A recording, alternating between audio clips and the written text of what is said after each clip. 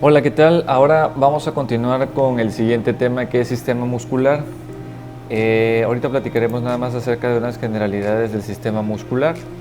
El sistema muscular, como quizás es muy evidente, es quien nos proporciona la capacidad de podernos desplazar o movernos dentro de nuestro entorno e incluso permite que podamos realizar muchas de las actividades cotidianas que nosotros tenemos.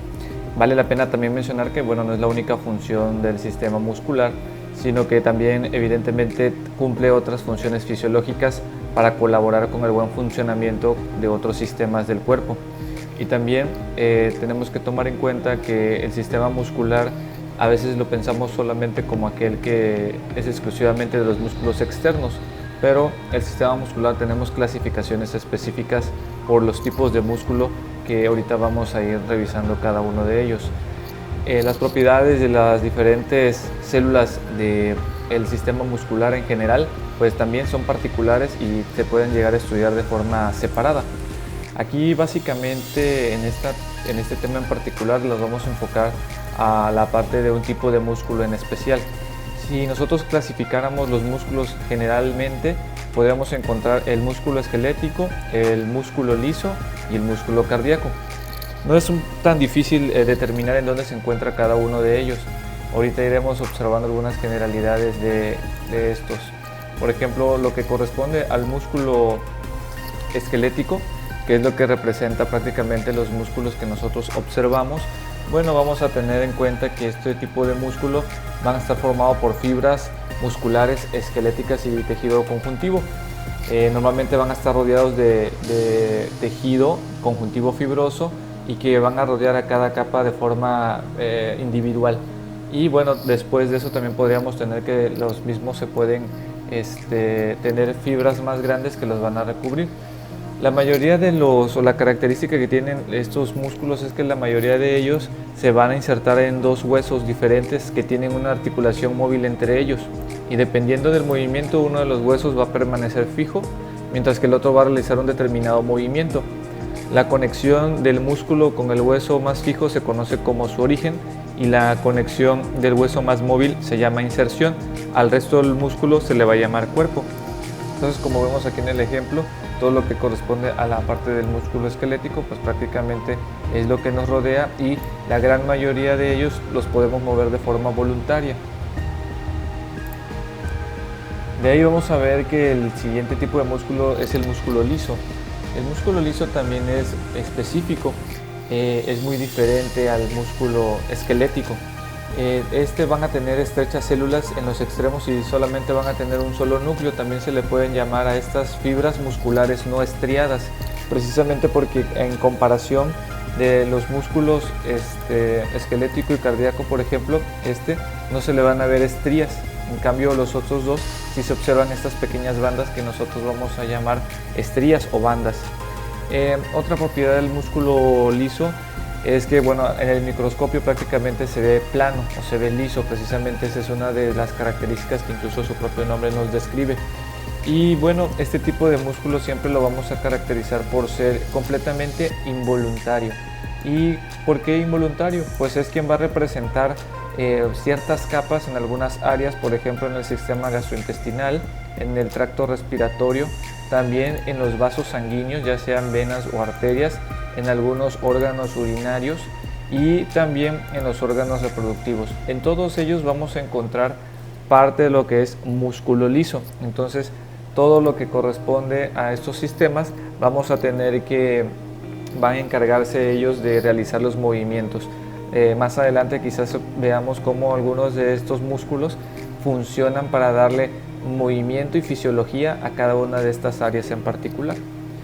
Y ya finalizando por los tipos de músculo, tendríamos el músculo cardíaco. El músculo cardíaco, también es específico, y obviamente el músculo cardíaco solamente lo vamos a encontrar en el corazón. Va a ser muy parecido al músculo esquelético porque va a contener también estrías que van a ser muy similares, pero estas van a estar ramificadas y unidas entre ellas para formar un tejido un poquito más compacto y más, digamos, con mayor capacidad de fuerza. Entonces, bien, ahora toca revisar un poquito acerca de las estructuras de las fibras musculares. Las fibras musculares parecen cilindros largos afilados por los extremos. Sus envolturas de tejido conjuntivo van a ser flexibles y las mantienen juntas en grupos paralelos, como se observan. La parte interna de cada fibra muscular esquelética tiene un armazón organizado en muchos cilindros largos. Cada uno de estos microfilamentos se llaman miofilamentos, gruesos y finos, ¿vale? Y vamos a nombrarlos según sus características. Los huesos están formados por una proteína que se llama miosina, serían estos, y los más delgados, o los finos también, están compuestos por una proteína que se llama actina. Las moléculas de miosina tienen una parte que se les va a reconocer con el nombre de cabezas, que son estas estructuras aquí prominentes que tienen que sobresalen hacia la parte o dirigiéndose hacia las moléculas de actina. Cuando los músculos están en reposo, las cabezas de miosina no pueden conectarse con la actina, pero durante la contracción muscular, las cabezas de miosina se conectan con la actina formando puentes. Y estos puentes entre ambos filamentos van a crear el movimiento o el desplazamiento de la contracción de esta fibra en particular. Cada unidad de estos miofilamentos se va a conocer como sarcómero, y todas estas estructuras, al ser numerosos miofilamentos gruesos y finos, se logran observar bandas digamos a la vista del microscopio, que nosotros podemos llamar incluso línea Z o disco Z, que serían, por ejemplo, estas partes de aquí que se podrían observar a lo lejos. Cada vista de línea Z delimita una región o un sarcómero. Nosotros podemos ver algún ejemplo de cómo se observan estos trabajando aquí en el video, donde tanto las moléculas de miosina junto con las de actina van a estar desplazándose sobre sí. Hay que poner atención a las cabezas de miosina para que nosotros podamos observar cómo se desplazan entre estos miofilamentos. Bien, vamos a revisar ahora las funciones del músculo esquelético. Una de las evidentes es movimiento, ya que permite la interacción con nuestro medio, pero podemos estudiarles a este movimiento algunas particularidades, como son los músculos agonistas, que son todos aquellos músculos que se contraen para lograr un movimiento en particular, y también los músculos sinérgicos, que son aquellos músculos que ayudan a producir un determinado movimiento. También vamos a tener a los músculos antagonistas, que son los músculos que tienen que relajarse para que se pueda realizar un movimiento, de lo contrario no se podría lograr realizar. Otra función sería la postura, que es una contracción tónica, que gracias a este evento conservamos nosotros evidentemente la posición que nosotros tenemos, y se trata de un número pequeño de fibras musculares que se acortan de forma simultánea. Estas contracciones no producen movimiento, pero mantienen a los músculos en una posición. Esta característica sirve para distribuir el peso del cuerpo y someter a menos carga a los músculos, tendones, ligamentos y huesos, además de principalmente oponerse a la gravedad. También tiene la producción de calor, que la temperatura corporal, sabemos que es una prioridad para que nosotros funcionemos apropiadamente, por lo que mantenerla en una constante, esto es realmente importante. Así que las fibras musculares pueden producir la mayor cantidad de calor en dado caso que sea necesario para tratar de mantener la temperatura corporal. Hay una situación también donde los músculos, por ejemplo, pueden desarrollar fatiga, y esta situación prácticamente las células musculares son estimuladas de forma tan repetida que, sin dejarle ningún reposo, que cada contracción que van realizando posteriormente va disminuyendo la fuerza de contracción.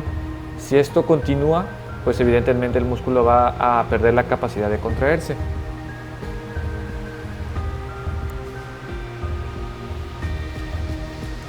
Ahora, continuando con el tema, revisemos la parte de unidad motora.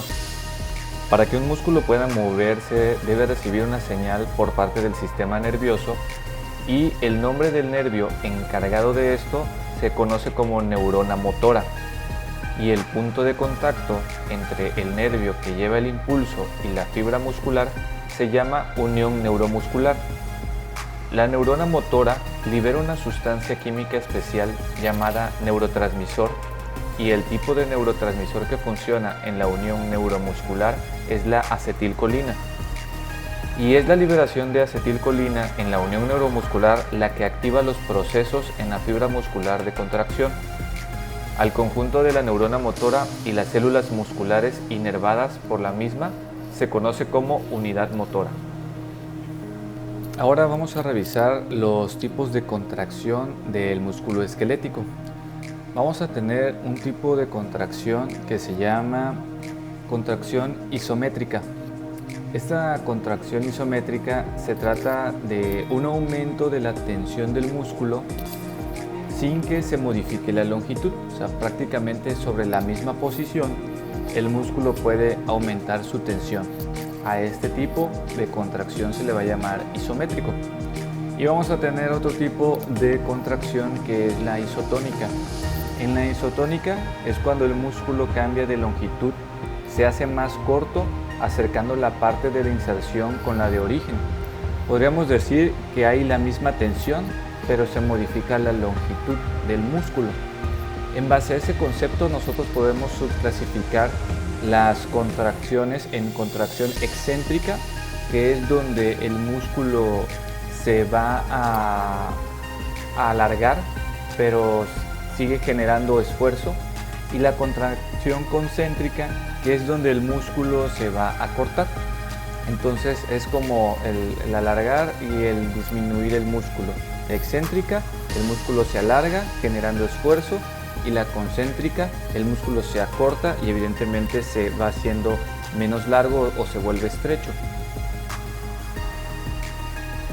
Van a haber ciertos movimientos producidos por las contracciones del músculo esquelético que, bueno, normalmente vamos a tenerlos que clasificar.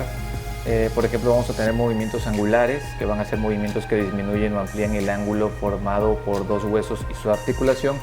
Y tenemos conceptos como flexión, extensión, abducción, aducción, movimientos circulares como por ejemplo la de rotación, donde es un movimiento de giro alrededor de un eje longitudinal, y elementos como supinación y pronación. Hay una serie de movimientos especiales que podríamos mencionar, que por ejemplo tenemos la flexión dorsal, tenemos la flexión plantar, la inversión y la eversión. Estos pues son movimientos propios que realiza nuestro pie y que, bueno, aquí en los ejemplos lo estamos revisando. Dentro de los grupos musculares esqueléticos podríamos clasificarlos por músculos de la cabeza y el cuello. Podríamos tener en la cabeza, por ejemplo, el frontal.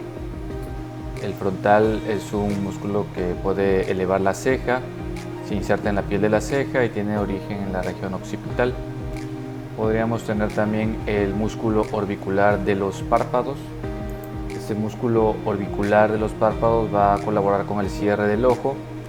Se inserta en el maxilar y el frontal, y su origen es prácticamente también ahí mismo, en el maxilar y frontal, pero alrededor del ojo.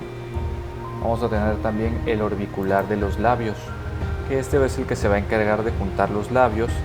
Su inserción es alrededor de los labios y su origen es en el hueso cigomático. Tenemos también el músculo cigomático. Este músculo cigomático eleva las comisuras de la boca y los labios, y su inserción es en la comisura de la boca y labio superior, y el origen es en el hueso cigomático. Vamos a tener el macetero. Este músculo macetero cierra la mandíbula, se inserta en la mandíbula y su origen es en el arco cigomático.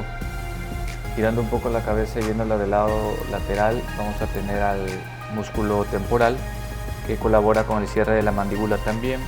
Se inserta en la mandíbula y su origen prácticamente es en la región temporal del cráneo. De ahí vamos a tener al músculo esternocleidomastoideo.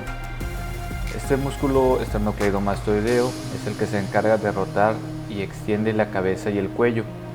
Tiene su inserción en la apófisis mastoide y tiene su origen prácticamente en el esternón y la clavícula.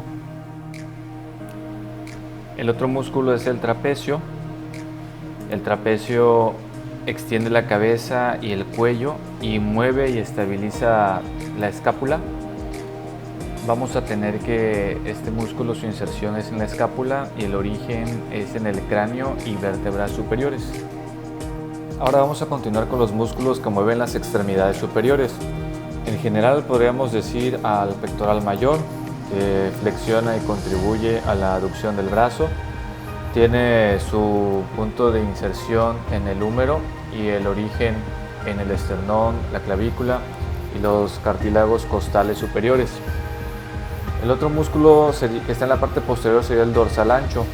El dorsal ancho extiende y contribuye a la abducción del brazo. Su inserción es en el húmero y su origen es en la columna vertebral, lumbar e ilion. De ahí tendríamos al músculo deltoides. El músculo deltoides es uno de los que abduce el brazo. Va a tener su inserción en el húmero y su origen en la parte de la clavícula y escápula. Vamos a tener también otro músculo que es el bíceps braquial. El bíceps braquial va a flexionar el antebrazo, tiene su inserción en el radio y su origen en la escápula. Y el último a mencionar de esta región del brazo sería el tríceps braquial. El tríceps braquial va a extender el antebrazo y va a tener una inserción en el cúbito y un origen en la escápula y en el húmero. Ahora vamos a revisar algunos músculos del tronco. De primera mano vamos a observar al oblicuo externo del abdomen, que es este músculo, que es un músculo que se encarga de comprimir el abdomen. Va a tener su inserción en la línea media del abdomen y su origen en la parte inferior de la parilla costal.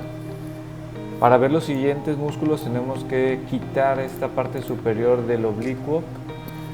Entonces vamos a quitarlo para observar los demás. Por debajo del oblicuo vamos a tener los otros, que uno de ellos es el oblicuo interno, que es este.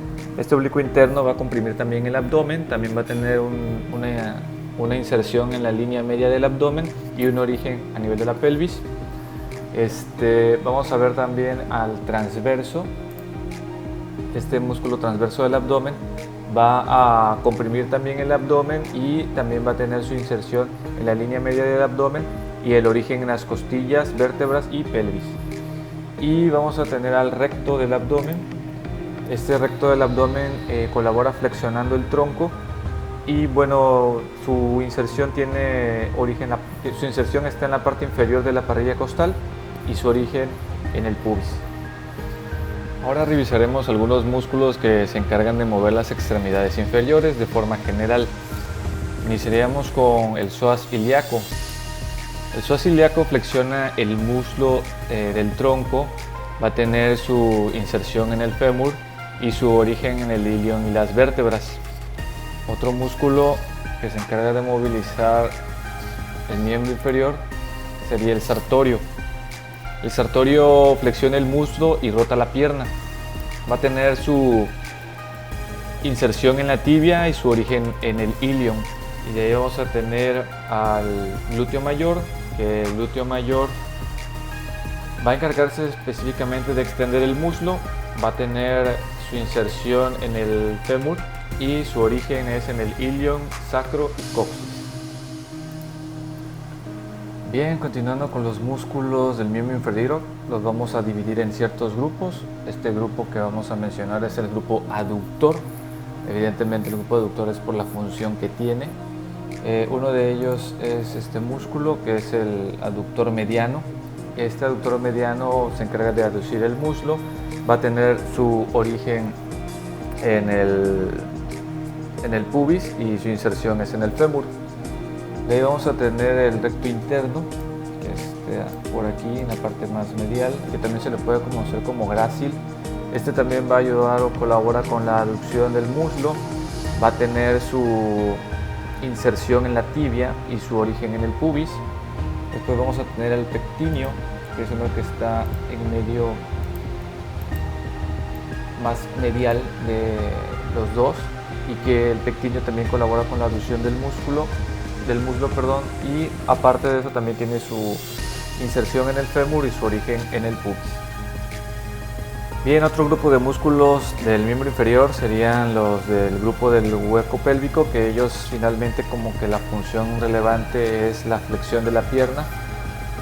Estos se notan más en la parte posterior, Y iniciando desde la parte medial, podemos colocar que el que estamos seleccionando ahorita es el semimembranoso. La función es que colabora en la flexión de la pierna, tiene su inserción en la tibia y su origen en el isquion. De ahí vamos a tener el otro músculo al ladito que se llama semitendinoso. Este semitendinoso también colabora con la flexión de la pierna, va a tener la parte de su origen en la tibia la inserción en la tibia y su origen en el isquion. Y finalmente, aquí ya más lateral, está el bíceps femoral, que también colabora en la flexión de la pierna, que va a tener su inserción en la tibia y su origen en el pubis. Ahora otro grupo muscular muy famoso, que es el grupo de los cuádriceps femoral, donde podemos observarlo mucho mejor desde la parte anterior. Vamos a tener que justo en medio podemos iniciar con el recto femoral. Dentro de sus funciones está extender la pierna, va a tener su inserción en la tibia y su origen en el ilion. A partir de aquí podemos ubicarnos, por ejemplo, hacia la derecha o en la parte lateral. Vamos a encontrar el vasto lateral, que también va a funcionar para extender la pierna, va a tener su inserción en la tibia y su origen en el fémur. Regresando al mismo punto, en la parte medial o a la parte izquierda del recto, vamos a observar el vasto medial. Este vasto medial también va a colaborar con la extensión de la pierna y va a tener la parte de su inserción en la tibia y su origen en el fémur.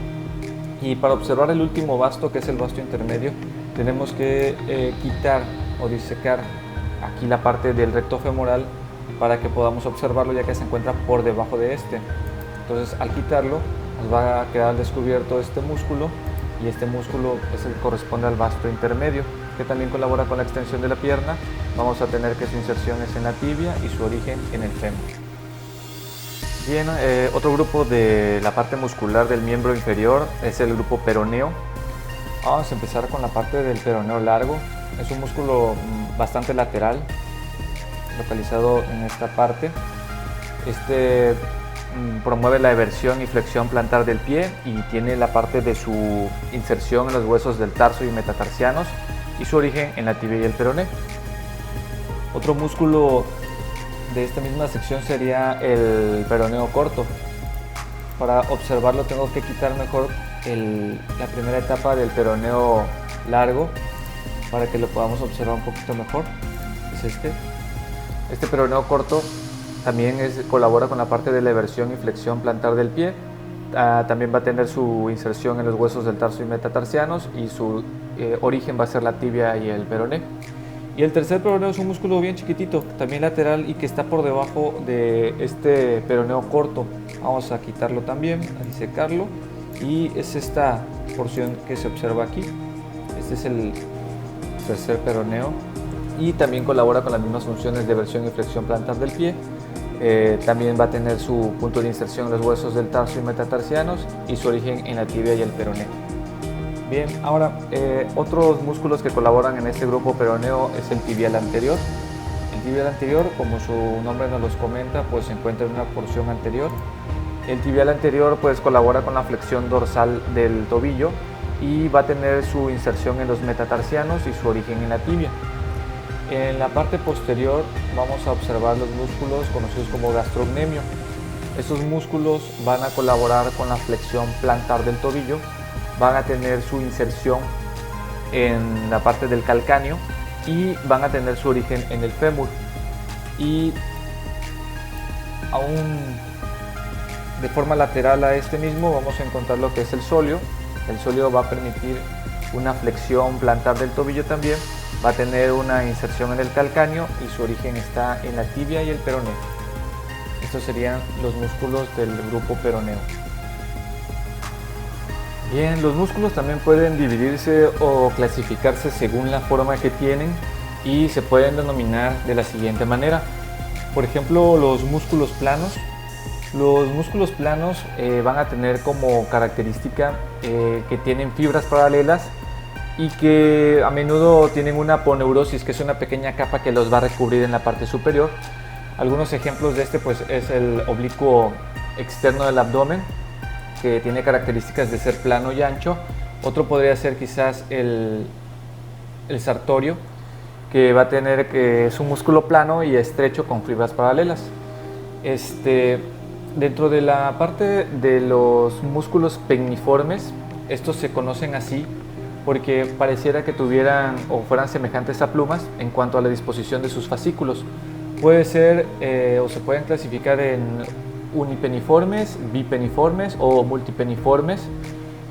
Por ejemplo, con el músculo extensor largo de los dedos, que es por ejemplo un unipeniforme, o el recto femoral, que es bipeniforme, y el deltoides, que se puede considerar como un multipeniforme. Vamos a tener que los músculos fusiformes, estos músculos fusiformes podríamos nosotros destacar que van a tener una forma de uso, con un vientre grueso, con un cuerpo grueso, redondeado y con extremos muy adelgazados, como por ejemplo con el bíceps braquial. Vamos a tener a los músculos convergentes. Los músculos convergentes van a originar un área ancha y van a converger para formar un solo tendón. En estos músculos convergentes, por ejemplo, tendríamos al pectoral mayor. Los músculos cuadrados tienen 4 lados iguales, por ejemplo, pues los rectos prácticamente del abdomen. Entre las intersecciones tendinosas vamos a tener músculos circulares o esfinterianos que van a rodear aberturas u orificios corporales y los comprimen cuando se contraen, como por ejemplo el orbicular del ojo. Vamos a ver también los músculos con múltiples cabezas o vientres, que tienen más de una cabeza de inserción o más de un vientre contráctil. Respectivamente, estos músculos, como por ejemplo el bíceps, tiene 2 cabezas de inserción. Podríamos también tener el tríceps, que va a tener 3 cabezas de inserción, que está en la parte posterior del antebrazo. Podríamos también platicar que otros podrían ser el músculo digástrico o gastrocnemio, que va a tener 2 vientres, y pues esas serían las características de los músculos con múltiples cabezas, ¿no? Y esa es otra forma de clasificar a nuestros músculos.